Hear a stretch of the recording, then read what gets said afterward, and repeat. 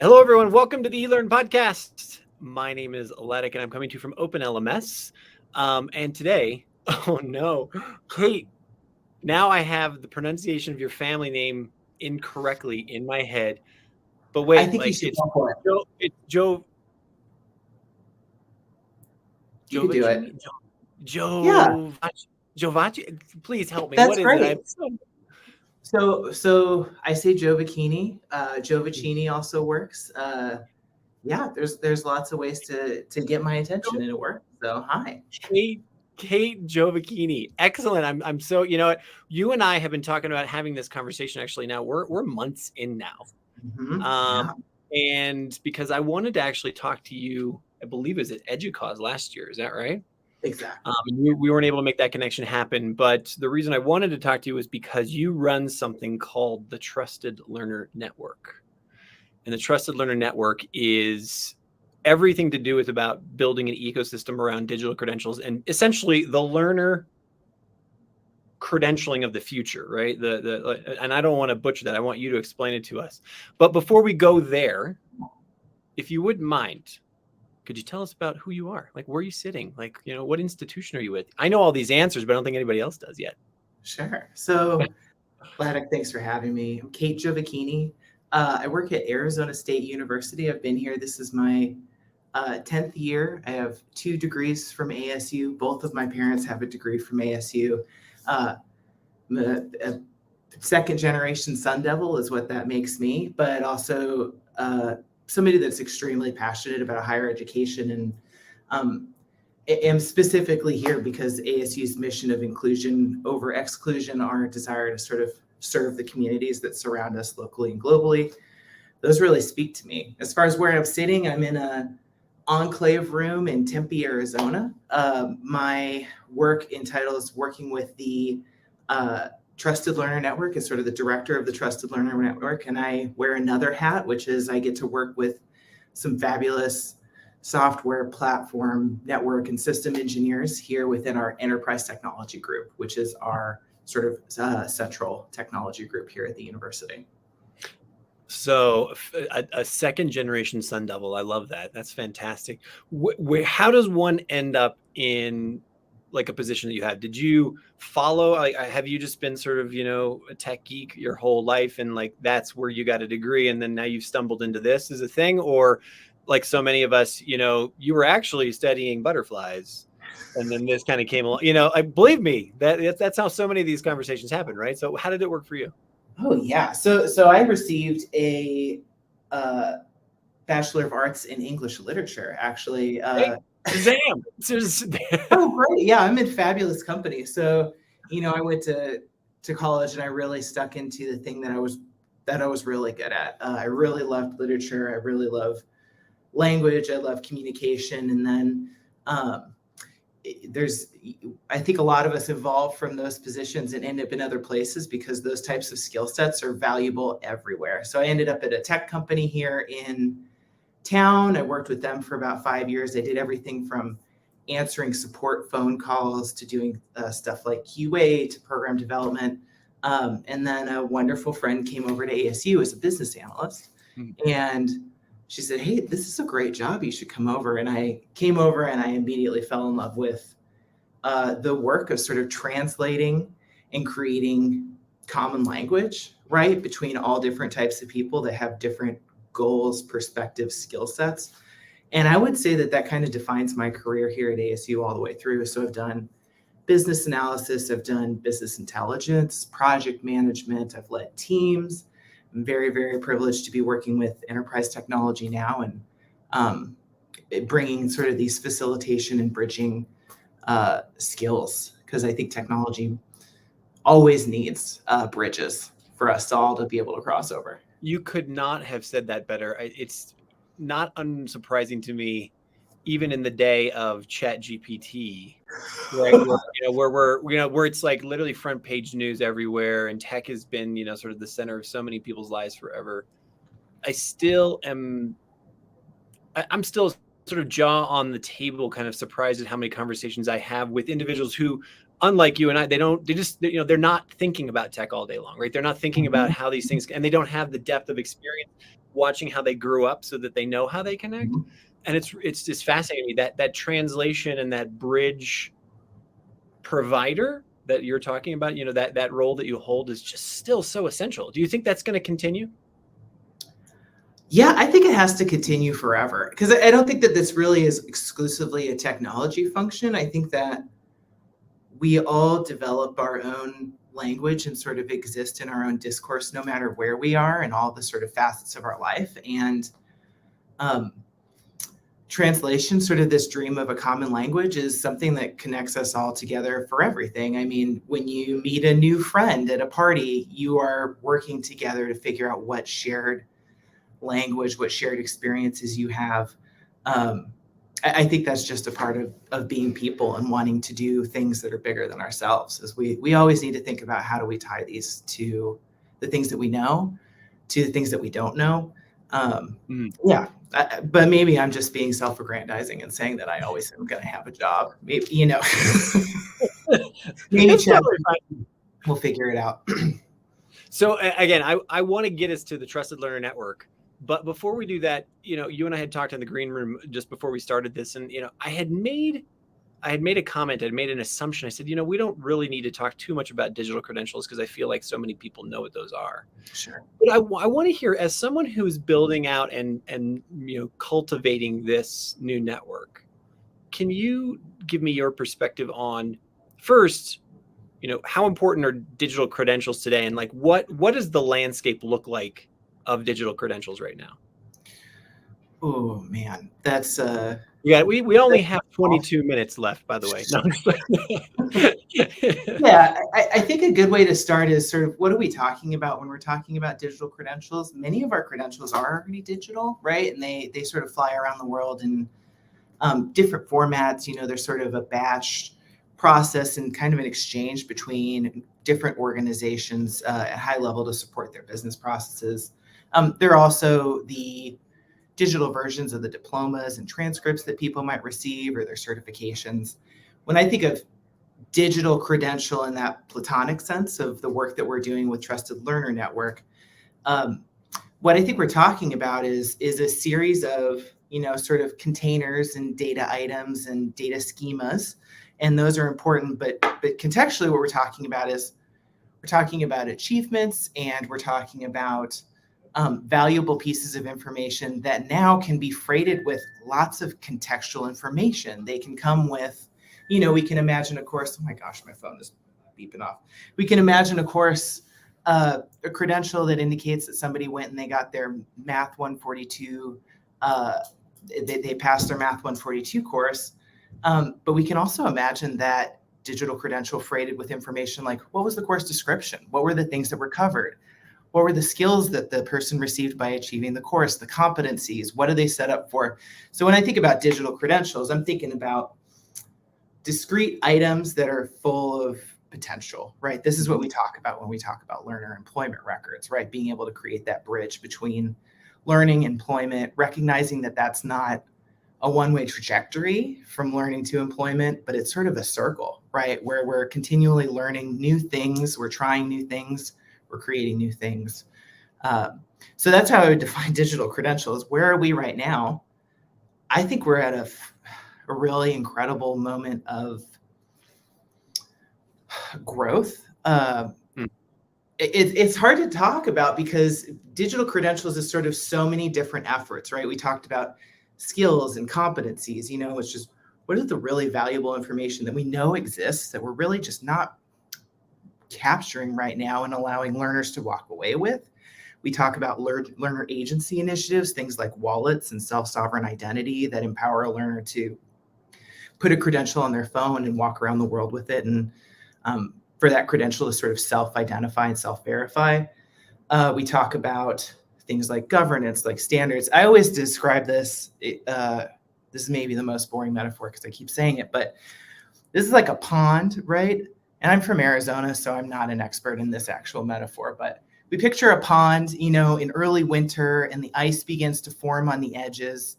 And it's only until, I don't know when, you need this sort of certain mass of ice, right, in order for the skaters to be able to come and skate across the pond and avoid having to walk all the way around to get to where they need to go. That's what I think about the digital credential ecosystem. There's just a lot of stuff, and a lot of folks are pushing that ice out towards the middle with pilots, with new ideas. And what we are all, I think, aiming for is we need that pond to freeze over so our learners can start crossing it and getting real value. That was okay. So now take me to, how does the Trusted Learner Network fit into what is the correct metaphor now for that? Is it weaving it all together? Is it creating buckets that these things fit in? Is it connecting them through known channels so that we can say, yeah, these two things are connected and we can trust it, using that trust word? Like what was the genesis of the Trusted Learner Network? And then they kind of take me to today, where where's it at, and what is it? If I want to use it as an institution today, how close am I being able to use it? Sure. Okay. That's a big question. Okay. So let's start at the beginning. So the genesis of the Trusted Learner Network was here at ASU, working with some fabulous people, including our CIO, some wonderful people inside of all the different parts of our organization. It sort of started with this hypothesis around blockchain technology, which had emerged, right? And blockchain kind of gave us a new language to talk about what immutability means, right? So that you can create a record and it can immutably exist and not be changed. And there's a huge level of trust that you can sort of anchor onto that concept, right? This is a truth that we can sort of substantiate out into technology. Identifying digital credentials, that's digital credentials and blockchain and sort of distributed ledger technologies have really been in the mix for many, many years now, right? That's not the bridge that we crossed. We started to experiment and did multiple sort of prototypes over the past 5 or 6 years to explore what's solid about this technology, what needs to evolve, what are the challenges that we might run into as we think about how we can instantiate this technology. And as time has passed by in 2020, right before the COVID epidemic hit, we convened our first unconference around this concept of digital credentials in the education space and the learning space.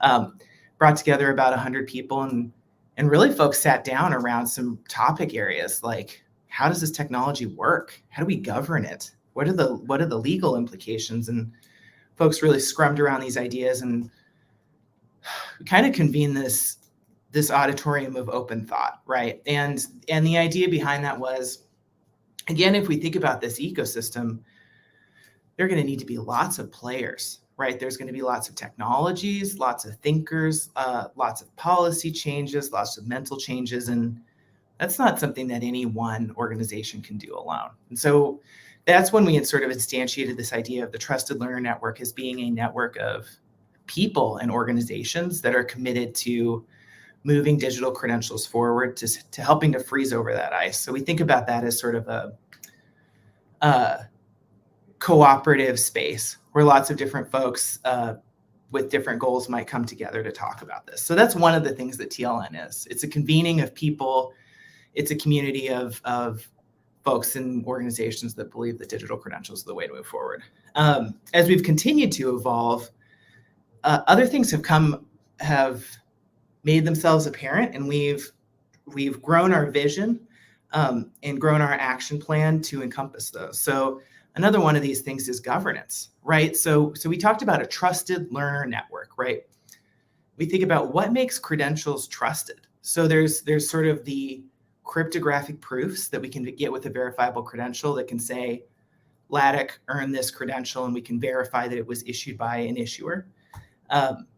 But I think we're also recognizing that sort of cryptographic verifiability may not be enough to help folks transition into a future where the paradigm for trust and asserting trust and understanding trust is going to need to be different. So we took on the role of forming governing bodies to try to talk through these topics. So we came up with a governance charter, and we started working through, what does it mean to be a trusted contributor? a I was just gonna say, I'm glad you went there. I was like, what would be the issue? Is it just like because any schmo can, throw up a website and say we're an institution and we're going to issue credentials? Is that's I'm throwing a hypothetical out there. Is that Yeah, yeah. I think with verifiable credentials, I think the bar is still pretty high. I mean, I don't think I could go out and jump onto AWS and issue my own verifiable credential tomorrow. I could probably figure it out, which is not me bragging about my tech skill, but about how technology is accessible. Yeah, I think it's about that, right? Mhm. So being able to issue a verifiable credential, I just think that there's a lot of opportunity we don't understand yet, I think, as a society of learners and a society of workers and a society of organizations, kind of what these paradigms mean and Right. how to tell what came from where and how do I use this and how does this work for me? So governance was sort of a response to, hey, let's think about how do we bring trust into this? How do we take trust models that we have and how can we apply them moving forward? Again, I'm going to say bridge about 1,500 times during our conversation. But like, how do we bridge from trust paradigms that we understand, right? I mean, think 80 years ago, if you got a diploma from a Midwestern university and you went out west, which is where I am in the United States, you would unfurl that diploma and it would have the seal on it and the embossing, and people would say, "Oh, I trust that. That looks really, I got that. looks heavy. That's expensive." And now we think about transcripts being sent through by a manila envelope to another institution, and that seal being the sign of trust. We just have new signs of trust. So how do we create governance that helps to bridge and helps folks to understand, how do we trust this new technology? And that governance sort of came along with the recognition of, hey, we need some technologies in the space that can make this future accessible. And so that's how the sort of trusted learner network digital repository came to be. So that's sort of the third leg on our stool. And the idea there is, let's develop sort of a data-centric, distributed digital repository that can allow learners to potentially access and share their credentials, and that can allow learners to springboard their credentials into a digital wallet, right? Digital wallets are really big right now in the VC space. They're really important. ASU is also actuating a fabulous digital credential wallet and portfolio project called Pocket. These are terrific technologies. Again, we're thinking about TLN as a bridge. How do we help get institutions into this space? How do we introduce learners into this space, set them up for success? So TLN's sort of three things, which is a lot of things for one network to be, but we're sort of a convening in a community, and we believe in the mission of that. We're not a governance body, but we want to invest time and energy into getting thought out there about how governance might function. And then we're building a technology that can help bridge and help some institutions and different types of players maybe get into this space. Fantastic. How much of this conversation that's going on right now, I want to, I'm looking for the right word, and the only thing that's coming is gravitas, is experience, is known. And here's the analogy I want to put on the table for you. I'm ready. That is, I hope not too far out there, but we have the Pro Golf Association, the PGA. Okay, I'm going to try to stick with you. People, generally speaking, like I say PGA, and I mean, even if you don't play golf, you've heard of this before. Jack Nicklaus was a thing, like this is the green jacket. Yeah, green jackets, the Masters, and everything. But recently, there's a whole new network that just started up called Live Golf, right? And it's extremely well funded, and it is, it has attracted. But here's the thing: the reason why I'm bringing this analogy up is because it's attracted a lot of top golfers, right? Huh. Okay. And so it has gained instant legitimacy, because the people who actually can, hit the golf ball and put it in the cup and, like they, so when we come to this idea of governance and trust and like, how does this work? How much does that play into this equation for you, in terms of, hey, you know what? ASU signed up to this. And so therefore, this is a thing that we should look at and listen to, as opposed to somebody who put together an online school in, Curacao, and that's we maybe we shouldn't trust them so much. Or, I guess, does that question make sense? Yes, I think it does. Trust is such an interesting.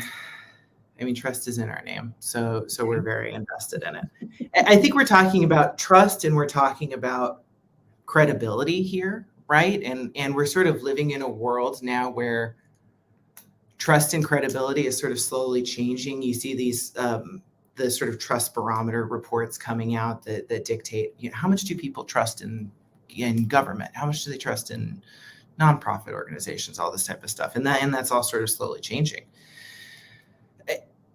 I think the PGA and live golf, I don't think that this is going to be about we're abandoning an old way and we're adopting a new way, and we need to throw ourselves into this new trust. When I talk about bridging, I'm thinking about we have some very substantive and effective trust mechanisms, right, that help people understand. You think about an institution like Arizona State University, or you think about an institution like any of the other hundreds of fabulous, thousands of fabulous, incredible institutions in this country that are educating folks. And you can sort of trace trust back to something like accreditation, right? A university is accredited to provide X number of degrees. You go out to an average learner, and how aware, how connected are they to the credibility, the way that accreditation functions in the country. I'm just saying, what am I trying to get at? Trust is sort of ephemeral, right? Credibility is something 100%. that builds over time and changes over time. I think with our governing body, some of the things that we've targeted in on are trust is about a learner being able to say, hey, I think my record is wrong. Is there a process for me to sort of request that my record be corrected? That's a sign of trust. We think a sign of trust is that a record that should need to carry a minimum amount of data that provides value to the learner, right? If it doesn't have enough data, then is it really valuable to the learner? Should the learner trust it? And we also think about trust as in is an institution or an organization, do they see their peers participating in the network, and do they understand how their peers are participating in the organization? These may all seem disparate, but these are all sort of signals of trust. How do we pull out and identify signals of trust, and how do we amplify them through things like our TLN technology and our governance body? But also, how do we amplify them through the entire digital credential ecosystem? I mean, I think that's something that's growing, that's building. And I think in previous podcasts, you've described yourself as a serial entrepreneur or an avid entrepreneur. And I would be curious, what are your thoughts about trust? How does trust sort of build in a new idea or a new tool or a new technology? How would you reflect on that? You're officially the first guest to ask me to reflect on a question. That's fantastic. Thank you so much. I mean, directly. I think that you've characterized it correctly in that trust is ephemeral, right? And the reason why I love the word ephemeral is because imagine how, or picture in your mind, I ask the listeners, how easily trust is lost. Right? You know what I mean? Like how easily something can, that thing that you trust again, just like that. For you and I, if you and I were to show up to a job tomorrow and we put a resume on the table and we said, oh, hey, I've got this degree, or I did that thing, or I went to this place, or I wrote this paper, and they hired us, and we were, and then lo and behold, 90 days, 6 months, whatever it is, a year later, somebody comes back and says, hey, actually, that wasn't a thing.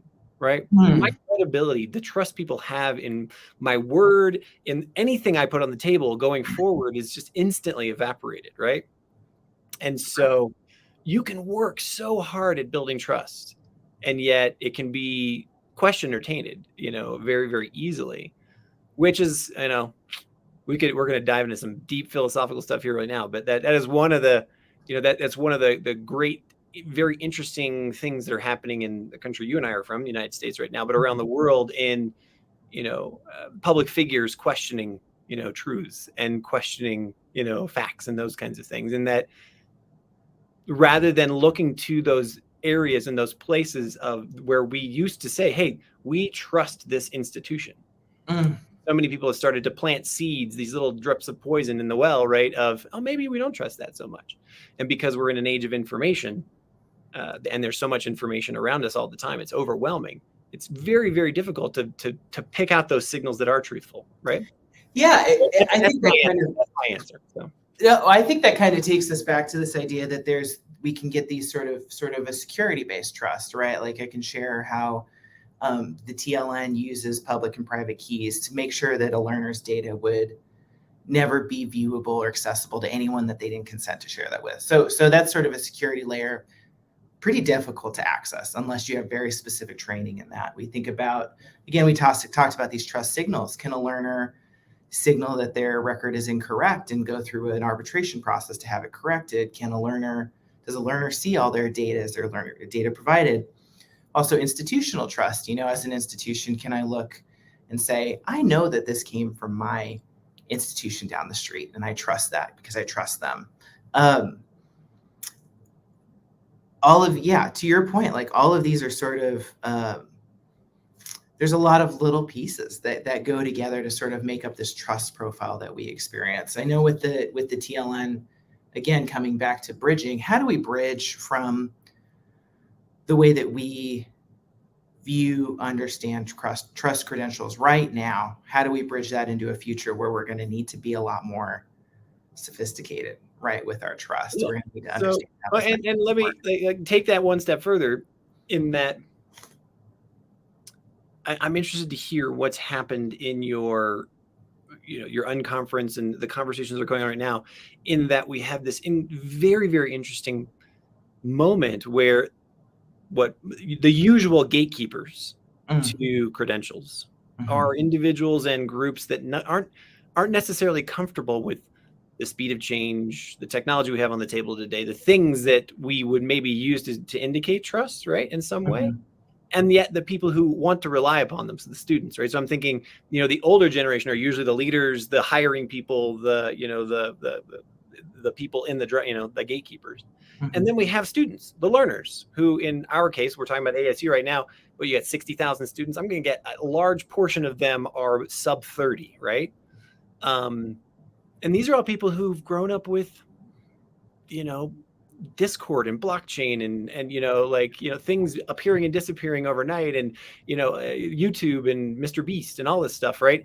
And so what they consider okay and true and factual and acceptable are very different in many cases than those gatekeepers.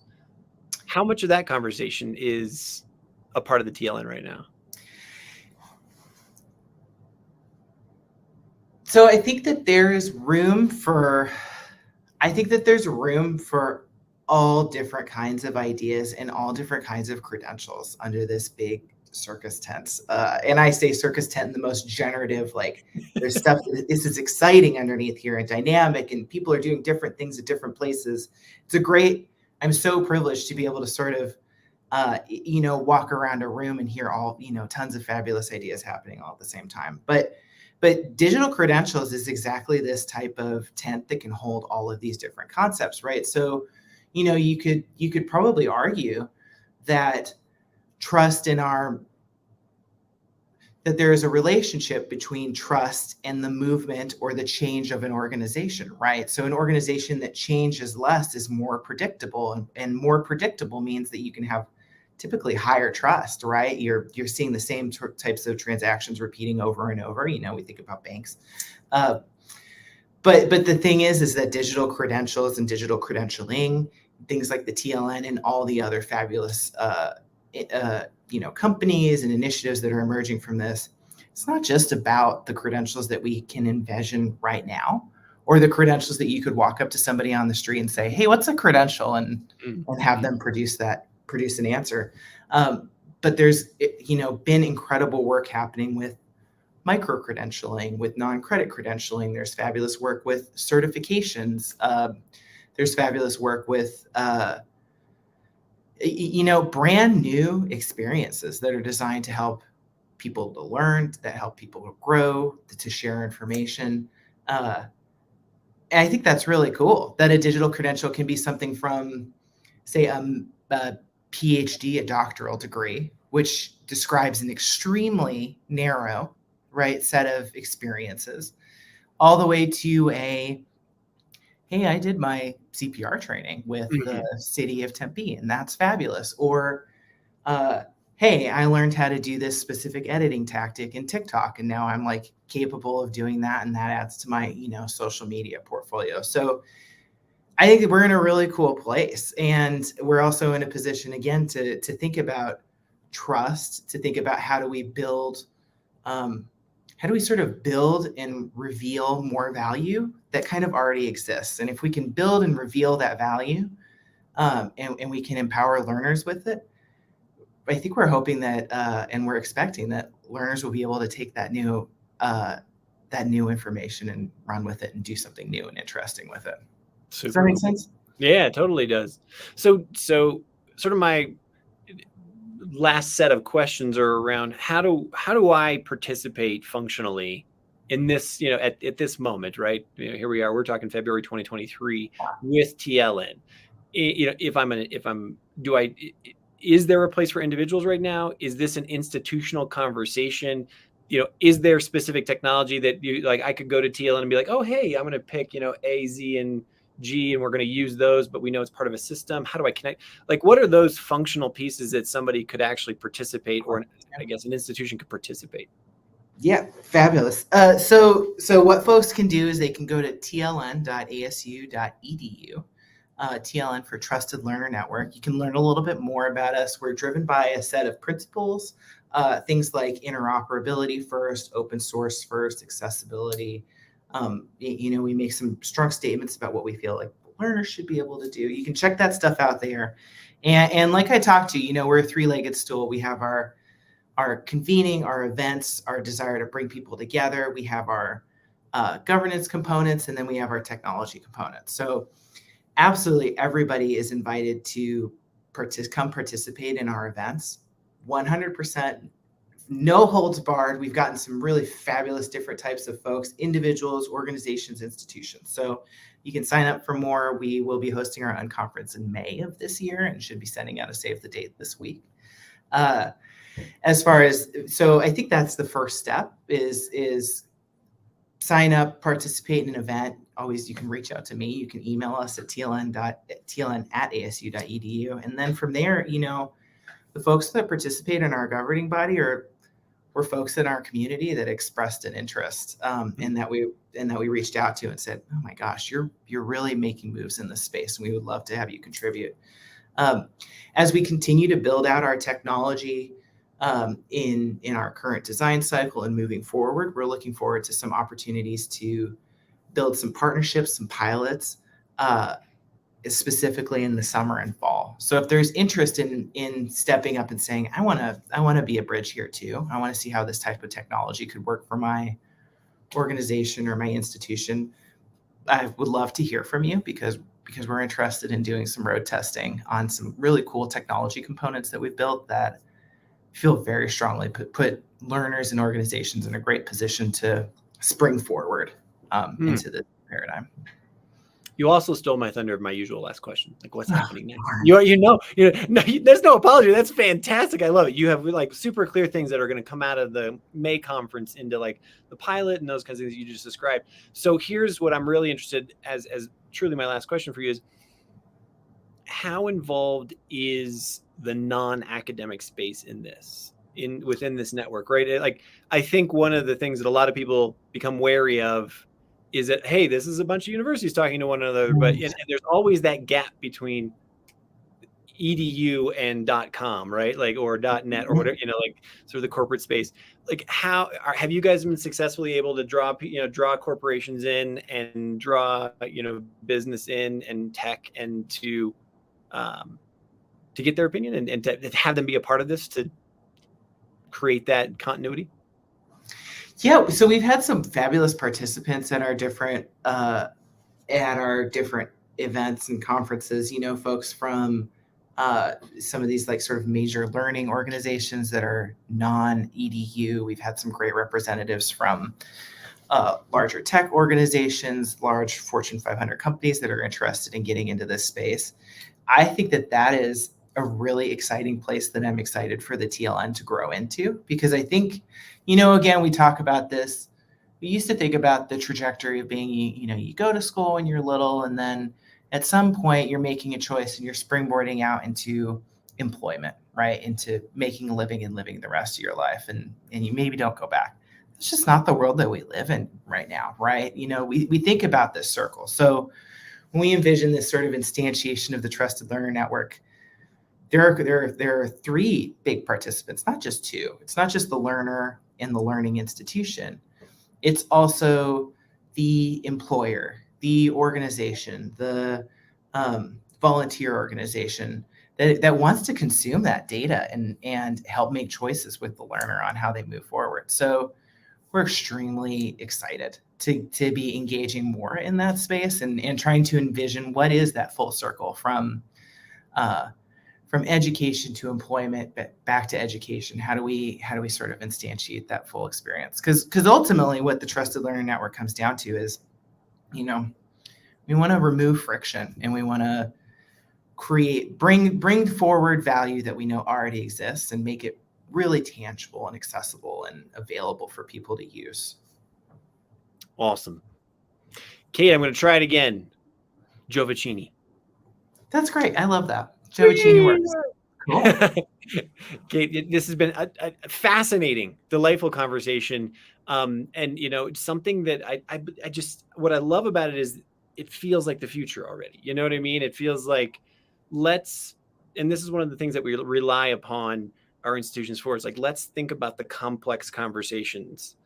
We can't solve this in a TikTok video. We can't solve this in, a 30-minute meeting. This is something we got to really ruminate on and navigate, right? It's going to evolve. And I absolutely love it. I'm super excited for you to be a part of it and helping to lead the way with the Trusted Learner Network. Thank you so much. Thank you so much for having me. It's been a real pleasure. I hope you have a great rest of your day. You too.